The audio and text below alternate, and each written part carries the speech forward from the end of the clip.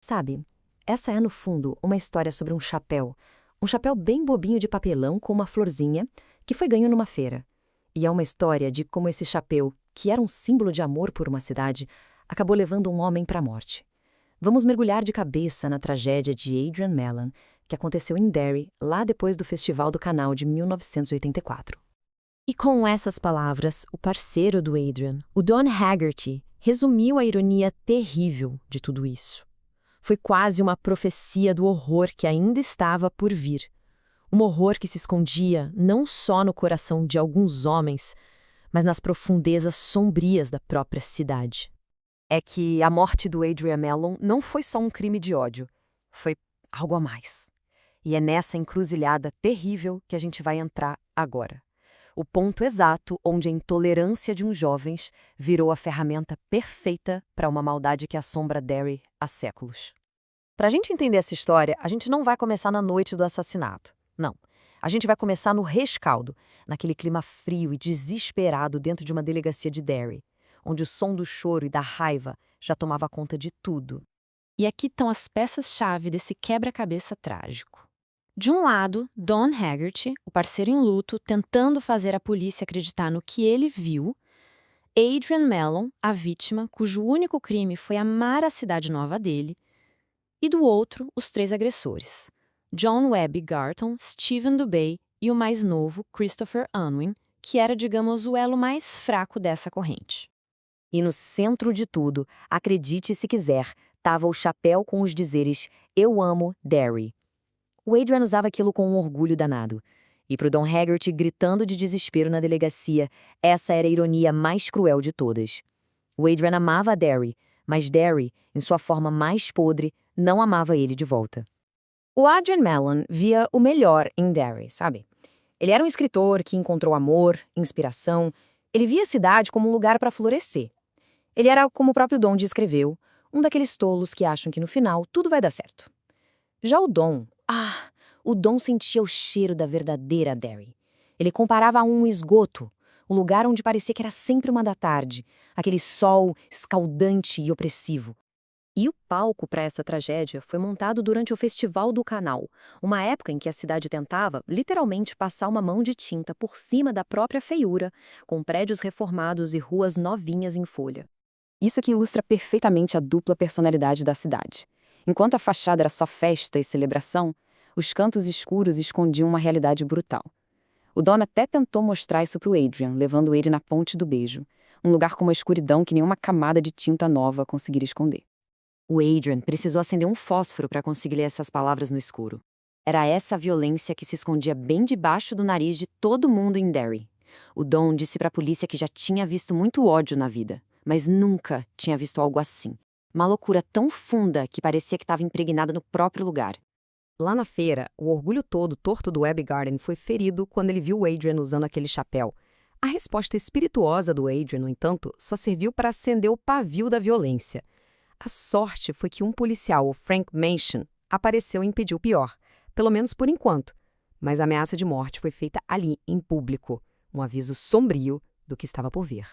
Mais tarde, naquela mesma noite, uma sincronicidade terrível, um azar tremendo, fez tudo dar errado. O Adrian e o Don saíram do Falcon, um bar amigável à comunidade gay, e foram andando de mãos dadas, sem fazer ideia de que estavam caminhando direto para uma emboscada na ponte da rua Main.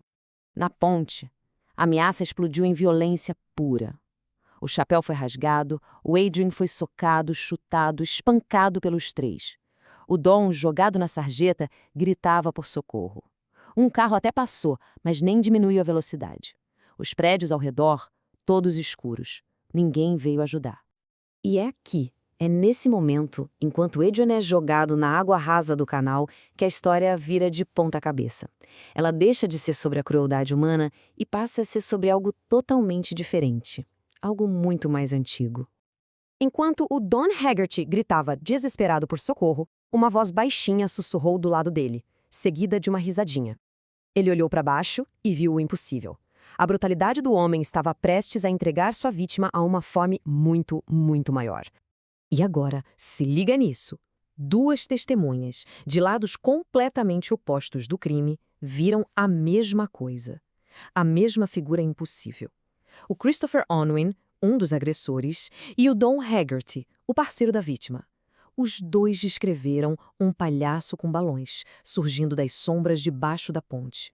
Foram essas as palavras que o palhaço disse pro Don, enquanto oferecia um balão para ele, no exato momento em que o corpo do Adrian era arrastado na escuridão.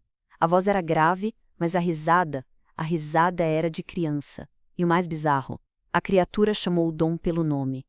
E é aqui que o horror fica ainda mais profundo.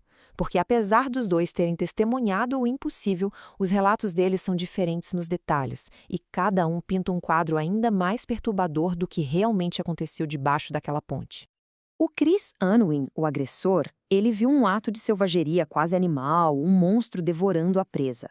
Já o Don Haggerty, o parceiro, ele viu algo mais surreal, mais possessivo.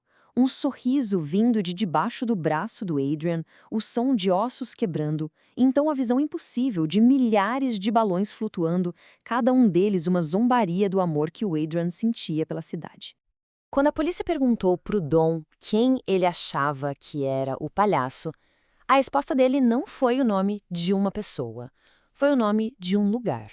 Para ele, o monstro debaixo da ponte era a própria maldade da cidade, personificada. E agora, a gente entra no capítulo final dessa história, a investigação. O momento em que a verdade, por mais aterrorizante que fosse, foi simplesmente varrida para debaixo do tapete. O promotor Tom Boutelier e a polícia, eles simplesmente descartaram a história. Para eles, era o truque mais velho do mundo, coisa de criminoso tentando jogar a culpa em outro. E não importava que eles tivessem duas testemunhas independentes, a verdade era simplesmente inacreditável demais para o sistema de justiça lidar com ela. E a justiça dos homens? Bom, ela seguiu seu curso. As sentenças foram por homicídio culposo, não assassinato. Os agressores foram condenados, sim, mas com o tempo todos estariam em liberdade condicional, livres para andar pelas mesmas ruas de Derry. E talvez essa seja a parte mais arrepiante de tudo.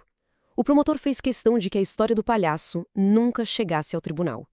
A narrativa oficial foi simplificada. 3 jovens mataram um homem gay. O horror mais profundo, a verdade que foi vista por 2 testemunhas apavoradas, foi enterrado junto com Adrian Mellon. A história do Adrian Mellon deixa a gente com essa pergunta que fica ecoando, né? Os homens foram para a cadeia, mas e o palhaço? A encarnação do mal de Derry. Ele continua livre, escondido nas sombras, só esperando que o ódio humano entregasse a ele sua próxima refeição.